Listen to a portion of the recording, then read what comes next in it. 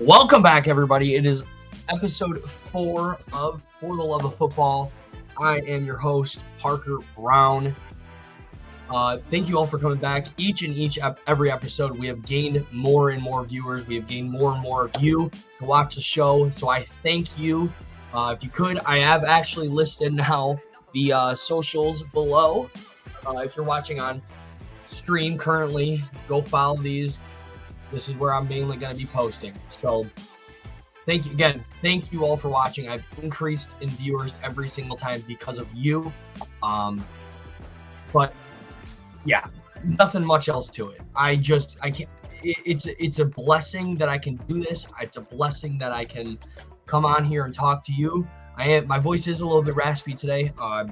Fire Academy has really torn up my vocal cords. So we're gonna if you can't understand me, please let me know. I have the Instagram chat right here. I'm looking at the chat right now through my streaming software. So if you can't understand me, I'll try and speak a little bit clearer. But again, thank you all for all of the love you guys have shown me in these past 3 weeks. All right, so we got a lot to cover. Week 1 of the NFL is coming past. We're already in week 2. We're going to cover some college football like we always do. And we got some more hot pepper picks, excuse me. And I'm going to make it harder on myself this week. So stay tuned for all of that. I'm not going to really do anything else at the end of the show, but I'm really excited to kind of get onto it with you all. So starting off, we obviously got to talk about our Detroit Lions. The Detroit Lions in overtime have defeated the Rams 26-20. Star players, and Alex Anzalone, David Montgomery, and Jameson Williams. I really just kind of want to focus on Jameson Williams right now. First, what a game from JMO.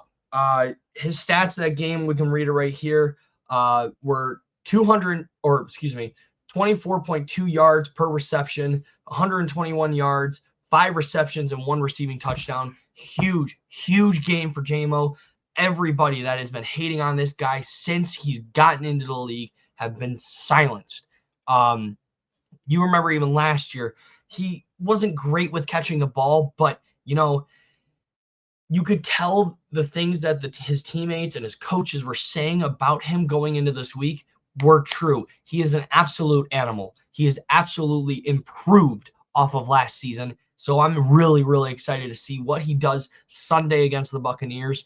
But focusing back on that game, first, Alex Anzalone was absolutely a dog that game, going all over the field whenever he was needed, wherever he was needed, he was there. I believe he led the team in tackles that game. I believe he also had a sack that game. So Alex Anzalone, what a game from you. Congratulations. You also got the game ball at the end of the game. But man, David Montgomery, holy smoke.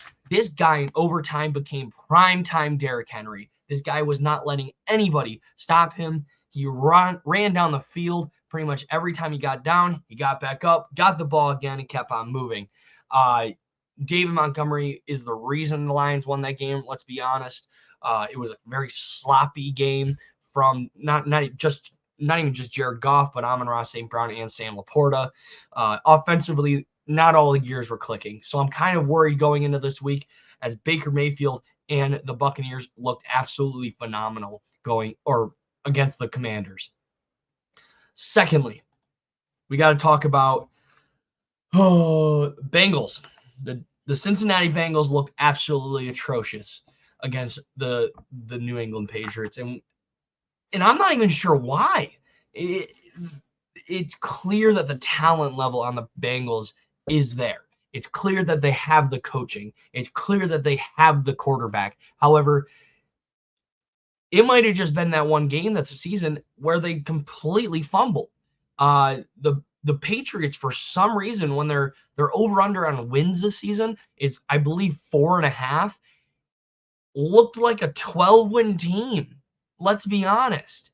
We're going into this and you see that Joe Burrow can't really complete a pass. You're seeing the fact that Jamar Chase was pretty much non-existent that entire game. T. Higgins was really not around. It's kind of concerning. I don't want to overreact about it. However, that's something to kind of keep an eye on week in and week out. I'm not going to overreact about it. It's probably just that one game for them. The Cincinnati Bengals, we have seen this team in the past that we know they're a good team. I would be personally surprised if they continued the season on this pace of very poor football. But on another term, I'm really excited for the Patriots, especially with Jacoby Brissett. I know that I've talked about, I think, episode 2, where I was mentioning that, Jacoby Brissett starting for the Patriots is actually a really good thing. And letting Drake May develop. If this team, I mean, obviously, they're probably not going to be a 12-win team. The Patriots are probably not going to be even a 10-win team. They're probably going to be under 500. Let's be honest. However, we got to talk about it because the Patriots defense looked different. Every gear was clicking. Gerard Mayo was putting on a masterclass on Zach Taylor's Bengals team. A masterclass. And who knows, maybe going forward, that might be the what is the Shaquille O'Neal term? Whatever. It might be their kryptonite. They might have found exactly what they need to do, and they might be sharing with their future opponents. It's definitely a thing that happens. However, we can figure that out at a later date. We can figure that out on Sunday. Now we are talking about going on and carrying on with Sam Darnold and the Vikings. Holy smokes, I was not expecting this out of Sam Darnold. I don't think anybody was. Let's be honest. Sam Darnold, I believe in the first half, was 12 for 12. That's insane. Going from where he was drafted with the New York Jets, literally claiming he saw ghosts on the field, to now. I mean, it looks like he's actually at the spot where people were touting him to be at.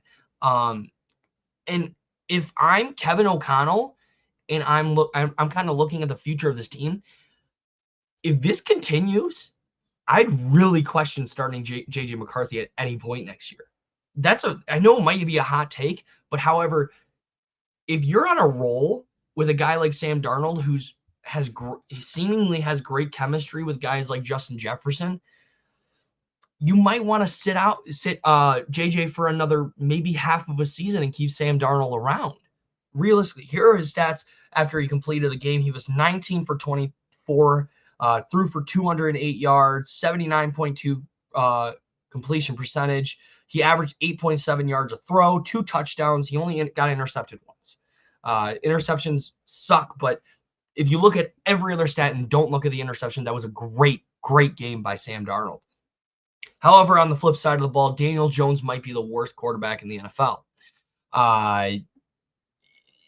It's Nathan Peterman level. It really is. It is Nathan Peterman level of bad.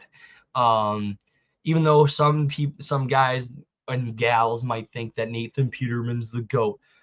We all know you're joking. Ha ha ha. Good laugh. Thank you. However, it is concerning.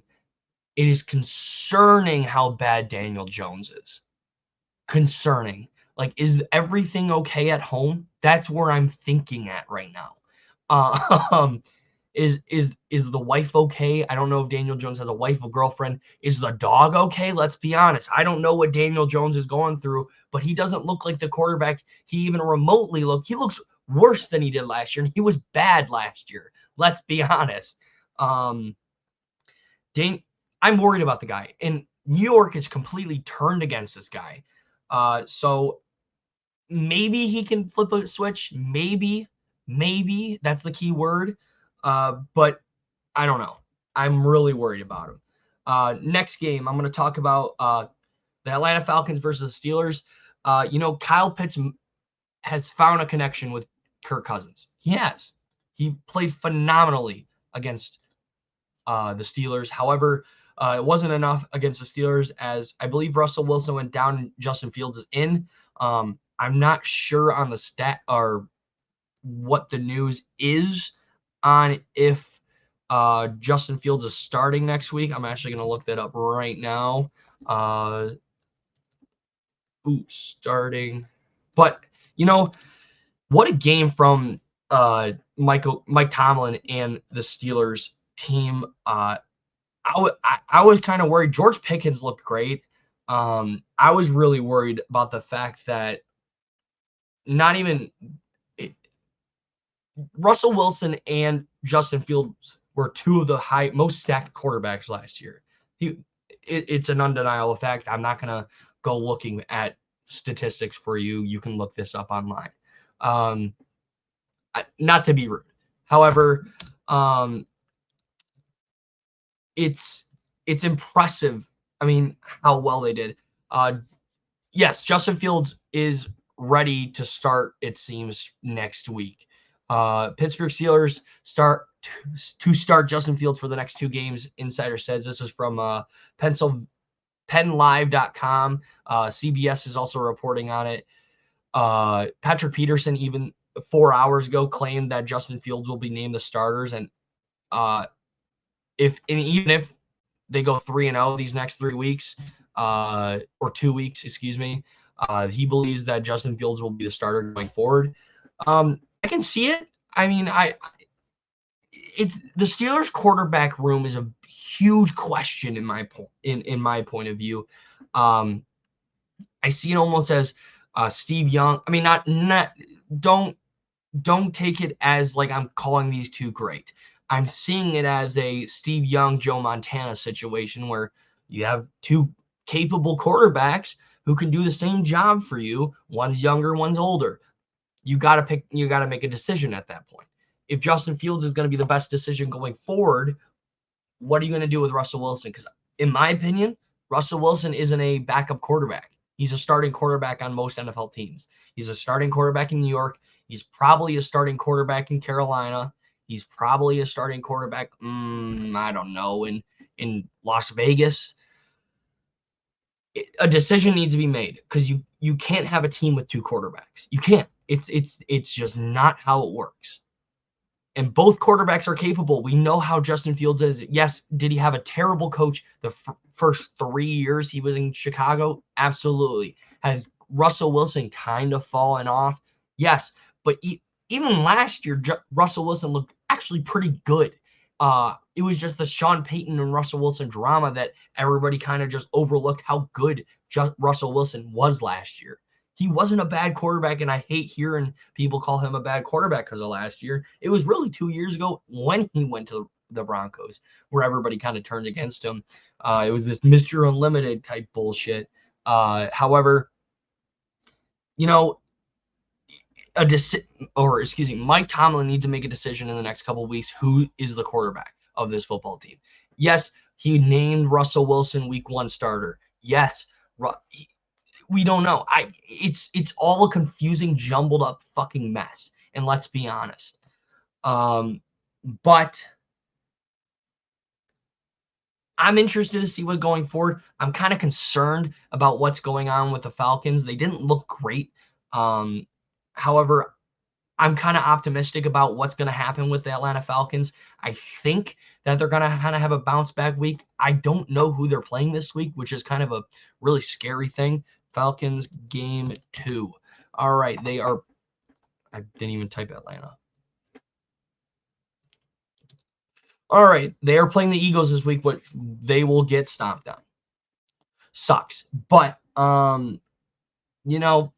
it is what it is. I think this is a very capable offense. I do. I think Kirk Cousins is great for this team. I think Drake London's going to have a breakout year. I think Kyle Pitts has really found himself with Kirk Cousins.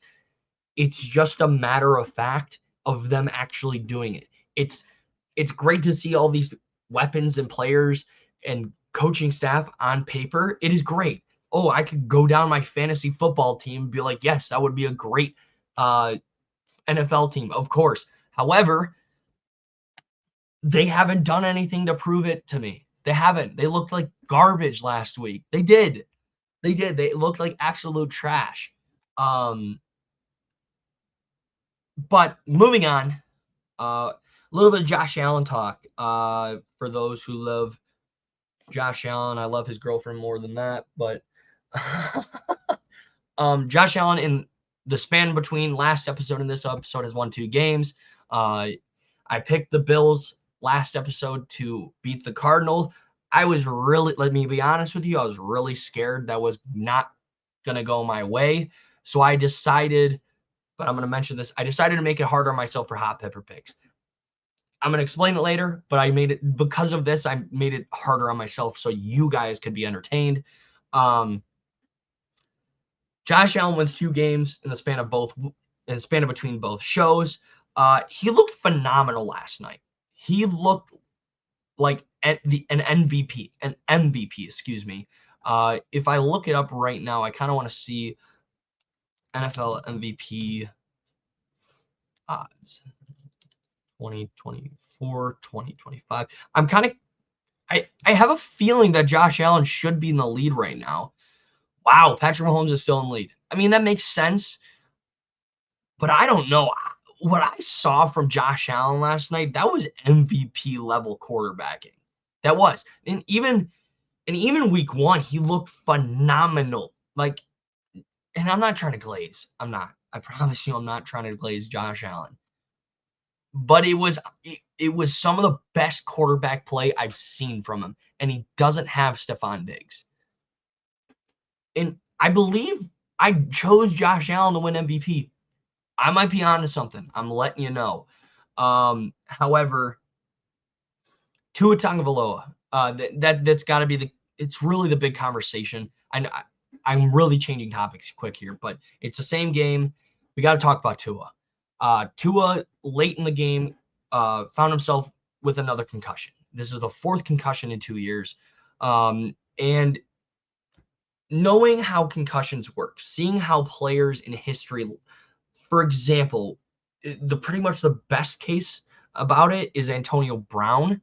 Tua Tagovailoa needs, in my opinion, if a doctor comes up to him and says he needs to medically retire from football, he needs to do it. He needs to. You can't. He is, I believe, 26, 28. I believe he has a kid. And I wasn't really thrilled with who was I thinking of? I wasn't thrilled with what Mike McDaniel said. And I mean, yeah, he's 2 years older than me. He's 26. That is scary. In the 4 or 5 years that he's been playing, he's had 4 concussions in 2 consecutive seasons. Excuse me. Wow. I'd be really concerned if I was Tua's family. You can even see online, I'm going to read a couple quotes here, that it's one of those things that you don't really want to be talking about. Oh, let me find the freaking post. Excuse me. Give me 2 seconds.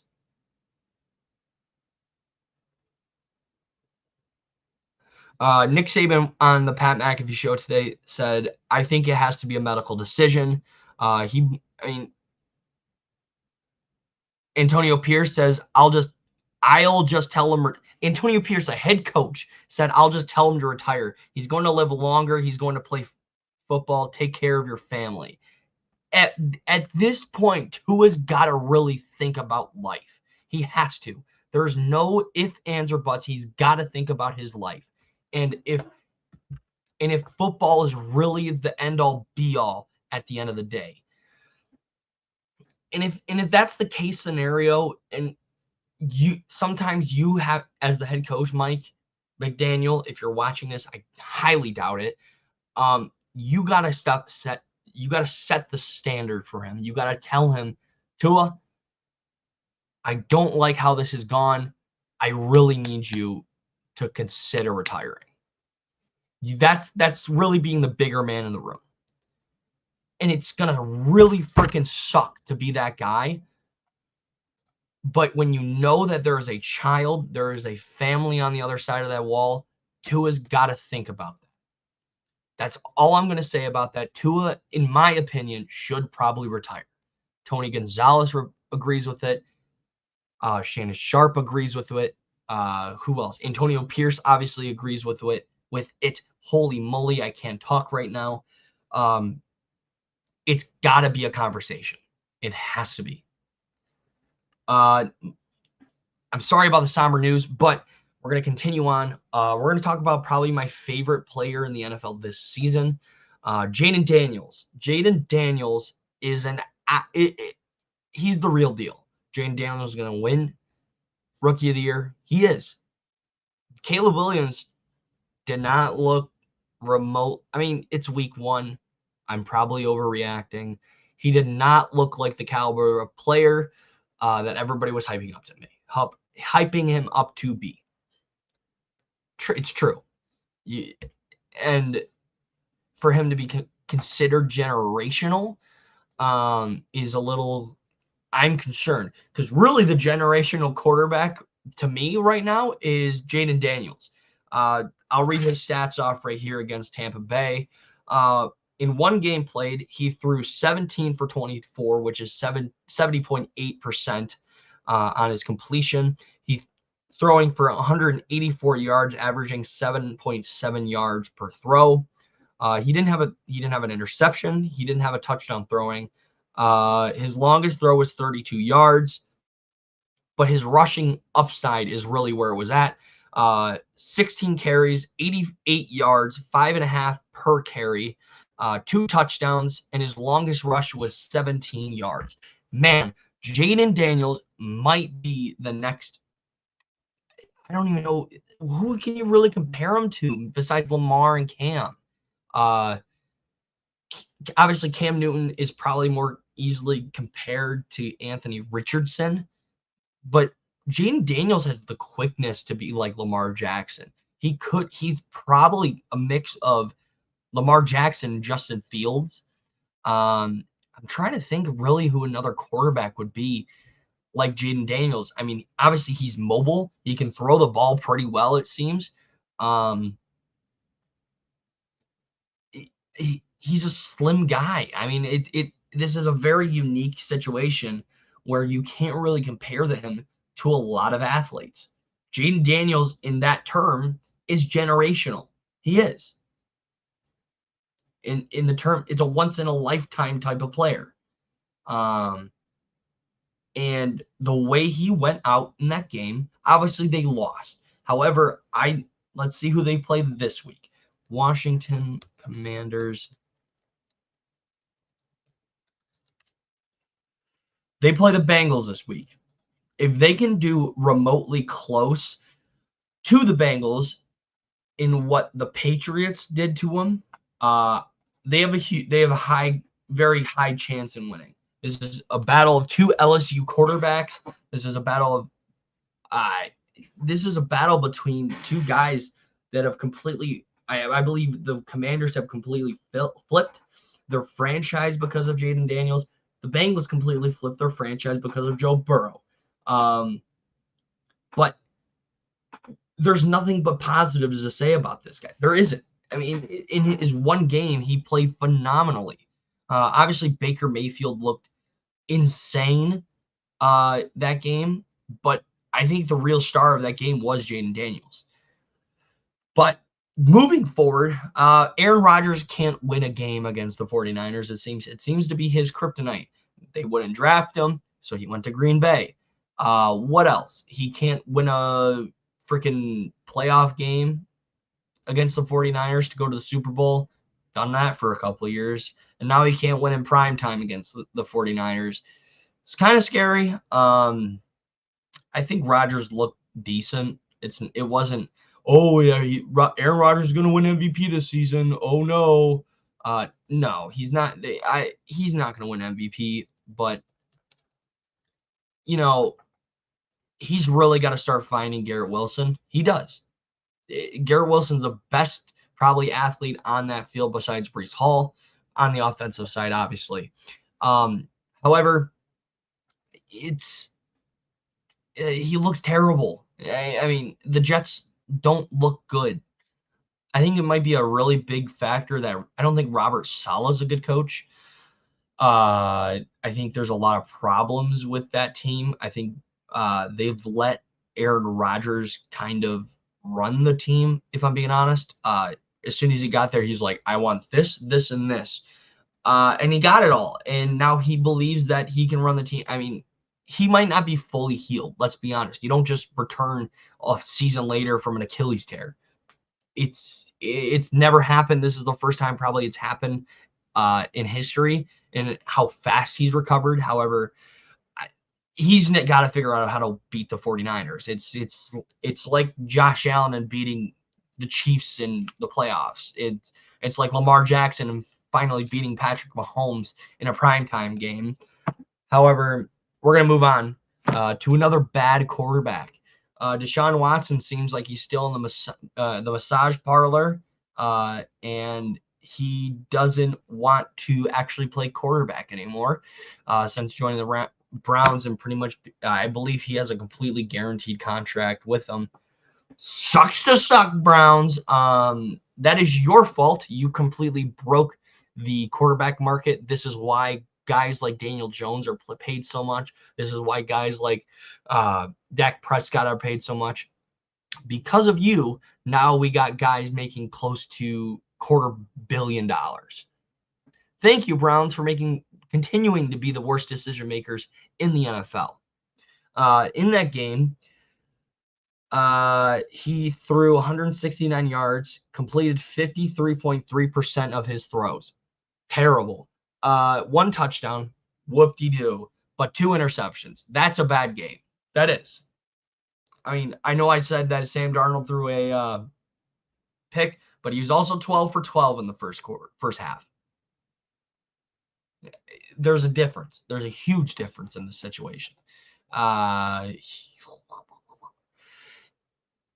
the Cowboys looked phenomenal. And I hate saying that. The Cowboys look phenomenal. They're just going to, you know what they're going to do? They're going to win probably 13 games this season, then fall off in the playoffs like they do every time. And you want to know why? What's going to suck? That they're going to have to now pay Michael Parsons, who might not be able to get the money that he deserves because guys like Dak Prescott are the highest paid quarterback in the NFL. Not even the highest paid quarterback, the highest paid player in the NFL.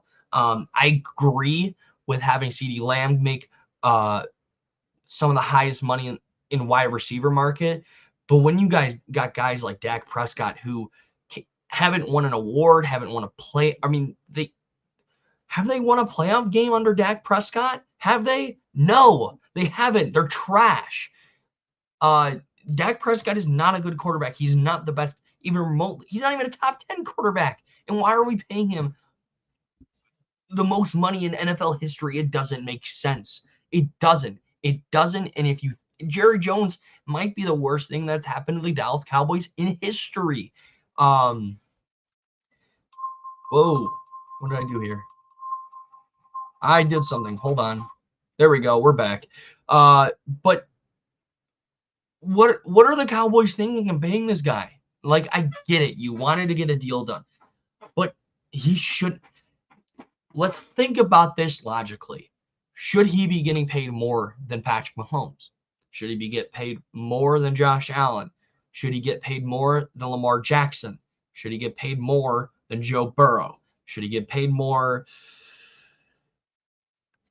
than Matt Stafford, who won a Super Bowl? But guys like Deshaun Watson and Dak Prescott don't deserve the money they've gotten. I still don't understand to this day why Deshaun Watson and Dak Prescott have earned that money. If you disagree in the chat, please let me know. Do you agree that Dak Prescott earned this amount of money? Do you disagree that he earned this amount of money, and why? But, it's what are you going to do? I mean, the Cowboys are just shooting themselves in the foot, and I should be happy about it. Let's be honest. And it's going to go down it's going to be a trickle effect, because now you got to look at the 49ers. They're going to have to pay Brock Purdy next year, and they're going to kind of have to shoot themselves in the foot. I think the Lions got lucky in this situation where now they paid their guys early enough to where they don't shoot themselves in the foot. And actually, their contracts look good in comparison to guys like Dak Prescott or Deshaun Watson. I mean, Deshaun Watson got paid prior, but even Brandon Ayuk, I will mention this again, he does not deserve. I mean, here's the thing. I don't hate the people accepting the money. I hate that the fact that the front office is like, yeah, these guys earn this money because they played for this team, is basically the basis that they're setting themselves at. Oh, Dak Prescott played X, Y, and Z games for us, and we won them, but we haven't won a playoff game, so we're going to pay him the most money in NFL history. I just don't understand it. It doesn't make sense. I'm going to stop ranting about that. I'm going to move on. We got a couple more topics today. If there are any questions or ideas or things you want me to cover in this episode, please let me know. I'd love to talk about them. We're going to talk about the hot pepper picks this week. So, first of all, hot pepper picks are going to change. I mentioned this. I can't pick the Bills. I can't pick the Chiefs anymore for the rest of the season. I'm actually going to go online and look at college football picks while on that show and kind of run through them, figure it out from there. I have to pick a college football pick and an NFL pick this week.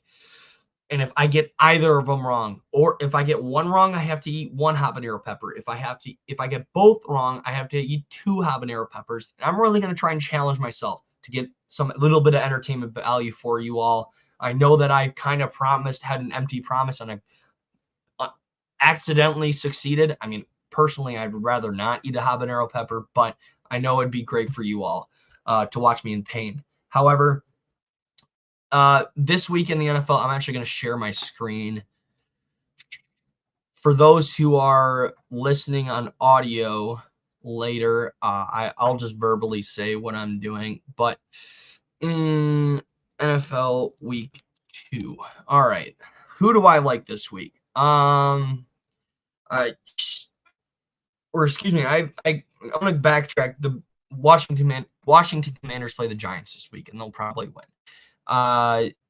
You know what I like for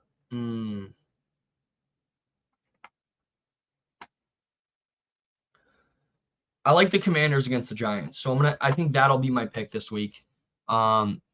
Based on the fact of what I've seen from Jayden Daniels. That's really it. I think Jayden Daniels is going to ball out next week. I don't think there's any reason why I shouldn't believe that. But yeah, I think I'm gonna say the Commanders. I think they get their first win of the season against probably the worst team in the NFL. And it's not even because of their defense. It's because of one player. And it's insane. Because usually you say there's no I in team. But, there's an I in it really sucks to have a bad quarterback. Excuse me. But college football this week, this is a tough, because I could easily get this wrong. And that's the beauty of college football. All right. A lot of cupcake games. Alabama, Wisconsin, that's a cupcake game. I think Michigan beats Arkansas State. I'm kind of looking at LSU and South Carolina just because of my bias. We're going to talk about Notre Dame later in the show. Utah State, UTSA versus Texas, Nebraska. I'm surprised Nebraska's not ranked. That's kind of crazy to me. Missouri, Boston College. There's not a. Well, this is week 3. Okay. I didn't realize how little football games they were playing this week. Here's the thing. I'm gonna go Nebraska. Nebraska's on a roll. Nebraska might be the best team in the Big Ten. Nebraska with Dylan Raiola, aka future Patrick Mahomes is him. He is. Dylan Raiola is the real deal.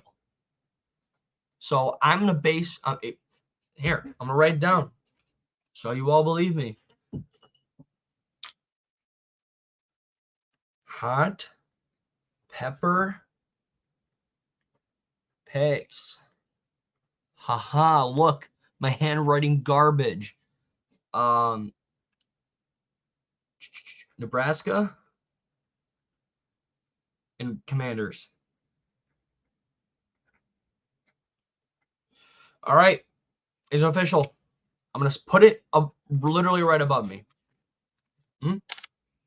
So if I get either of these wrong, I have to eat a habanero pepper.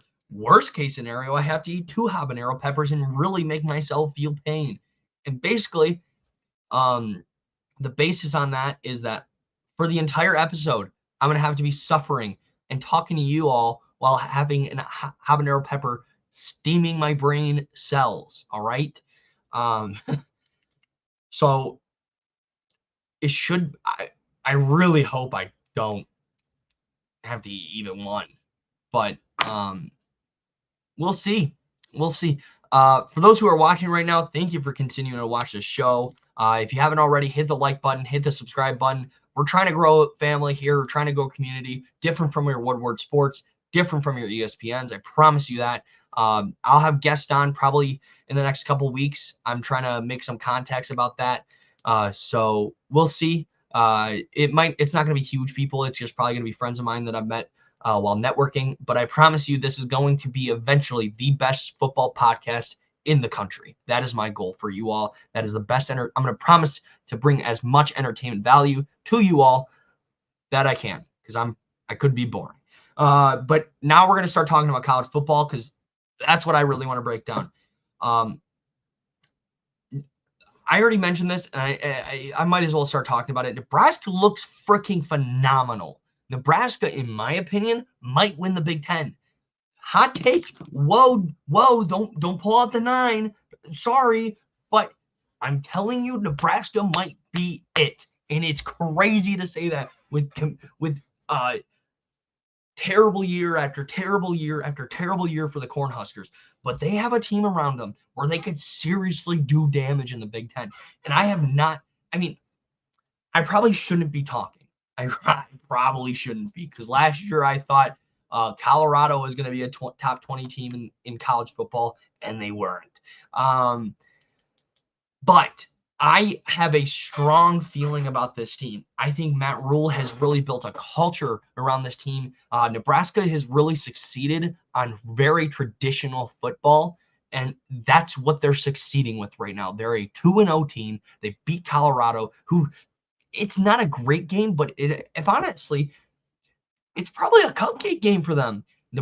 Colorado almost lost to a non-FBS team.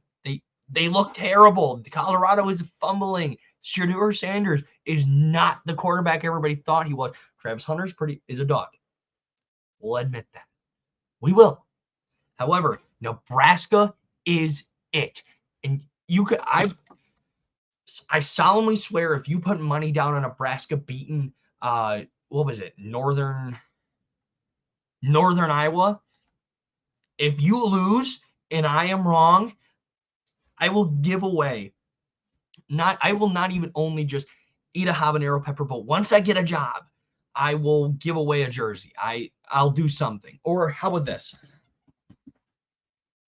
If Nebraska loses, I will give away this Jahmyr Gibbs bobblehead that I got at the game to one of you lucky fans, all right? And I promise that. However, Nebraska is it. I'll even share my screen. Nebraska versus Colorado box score. All right, we're gonna look at some stats, because I want to look at stats. And if you have a problem with that, take it up with my lawyers. So thank you, ESPN, for supplying the statistics. Don't sue me. Is this the right game? Yeah, it's not because Nebraska won. Player stats. All right, Shedeur Sanders, 23 for 38, 244 yards, a touchdown and interception. You want to know what sucks about Shedeur Sanders? You want to know what really sucks? He throws his O-line under the bus after the game. He does. He has literally gold. He doesn't even have goldfish mentality. He has garbage mentality. Thinking, yeah, I sit on this high horse, because my O-line let people through. I couldn't move my legs. Sorry. My O-line sucks. Is that the leadership you want on your NFL team? Not mine. Granted, I don't need a quarterback on my NFL team. However, here, we'll go back. I'm sorry. I should not have taken that down. But share screen. Boom, boom. Dylan Ryle, let's go to Nebraska. 23 for 30, 185 yards. You want to know the difference between this and this? Interception. You see? We're on to something. We're on to something. Yes, Tori, I will be destroying my brain cells if I eat 2 habanero peppers. Scientifically proven. Rushing yards, 5 carries for 32 yards, 0 touch. I mean, their running back room is not great, but this is Nebraska. Excuse me. I was looking at the wrong team. Dante Dowdell, 17 carries, 74 yards, 2 touchdowns. I'm fine with it. Ground and pound type offense. Let's get it. All right. Receiving, 8 receptions, 49 yards, and a touchdown. Ramir Johnson is a dog. All right. What are you going to do? I think Michigan's going to have a tough time against this team. I really do. I mean, granted, they lost a lot of people last season. However, Nebraska's crazy good out of nowhere. But I'm going to move on. I'll move on. I'm sorry. I did glaze a little bit. I'm sorry. I'll calm down.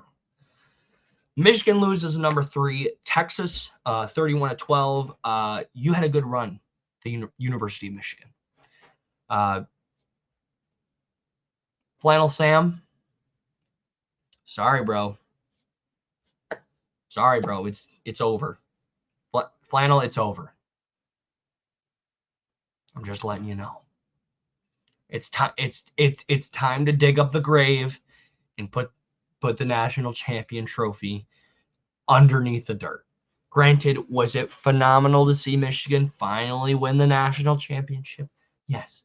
I was standing up the entire game. I didn't sit down. I had a glass of water. I had probably a beer. I'm not going to say which brand because I'm not sponsored. You want me to say the beer, you got to pay me. All right? Sorry, Michigan. Sharon Moore, you might have beaten Ohio State. You might have beaten Penn State. You might have had a little bit of promise in you. However, if you lose to Ohio State this year, all cards are off the table for you. We lost Jim Harbaugh. We lost J.J. McCarthy. We lost Blake Corum. Shut up. Did you hear me complaining as an LSU fan after Joe Burrow, Justin Jefferson, Jamar Chase all disappeared? No. We won a national championship, and we had the greatest team in college football history, all right? Suck it, Dave Portnoy. Last but certainly, oh my gosh, I'm at 45 minutes. I've gone through this show. Holy cannoli.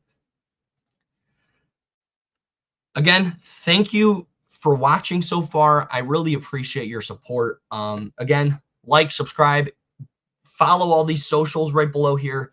I'm going to be posting throughout a couple days. I usually post 2 days a week just because of my schedule right now. However, I will be posting more once I'm done with school just because I'll have more time to kind of focus on this. But last, I'll if I can figure out something to talk about, and if there's something you want to talk about, seriously, put it in the chat. I will talk about it. I love football. I'm sure you do too. That's why you're watching. But NIU beats Notre Dame. And okay, so I'm going to break this down. And I went to a small college. I did. And our wrestling program had the opportunity to go to a higher up school, like a D1 school, like a highly touted D1 school. And because of that, the smaller schools get paid usually a lot of money to go to these high schools just to lose. I believe NIU got paid about a couple $1 million to their football program to go play at Notre Dame. Basically, if you put 2 and 2 together, NIU made a couple $1 million to beat Notre Dame. 16-14. Yikes. Imagine just walking into a highly touted program and being like, give me my money, I'm gonna beat your ass. That's what NIU did to Notre Dame. It is. I just remember I didn't watch the game. I didn't. I'm gonna be honest with you. I didn't watch the game because I thought Notre Dame was gonna go rolling. But we got to talk about it. You know what I'm doing right now. Nope, I don't want to watch highlights. Thank you.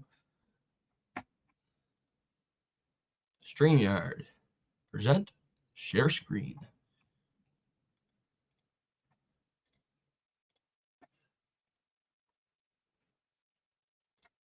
All right. Here we are. Northern Illinois, respect to you. What the hell is Notre Dame doing? I mean, look at that. Top 25 team. NIU might win the national championship. Watch out. Watch out. I don't even believe NIU's a FBS team. Is NIU a FBS team? Oh, they're in the MAC. Never mind. They are an FBS team. But here's the thing with that. What you doing? Like, what Notre Dame, you can't be losing a team that plays in a conference that their quote is MACtion. Bro, like, who the hell came up with the idea to call like their big week MACtion? It's awful. Sorry. All right, let's break down the players. Ethan Hampton, 10 for 19, 198 yards, 1 touchdown. He's a dog. All right. 20 carries, 99 yards for Ontario Brown. Then you got Gavin Williams, 17 carries for 59 yards. You got Ethan Hampton, quarterback, rushing 21 yards with 5 carries. Seems like a mobile quarterback, let's be honest. All right, we'll move on to Notre Dame. Riley Leonard. Seemed like he was going to do something crazy. 20 for 32, 163 yards. Oh no, he threw 2 interceptions. He played like how I would play in college football. A lot of interceptions. Jeremiah Love, 11 carries, 79 yards, a touchdown. Pretty good performance by him. You can look at Bo Collins, 5 yards, 45. I mean, their receivers just seemed like, just looking at numbers, just looking at these numbers, it seems like it might have been a wide receiver issue. But I didn't watch the game, so I don't know. We're going to close out the show here. We are. I'm sorry. I know we were all having a great time. However, remember, come back next week. Really pray on my downfall here because I want to entertain you all. I want to eat a hot. I don't want to eat a hot pepper, but I do want to eat a hot pepper. So you guys can go and clip this up, go show to your friends, show to your mom, show to your dad.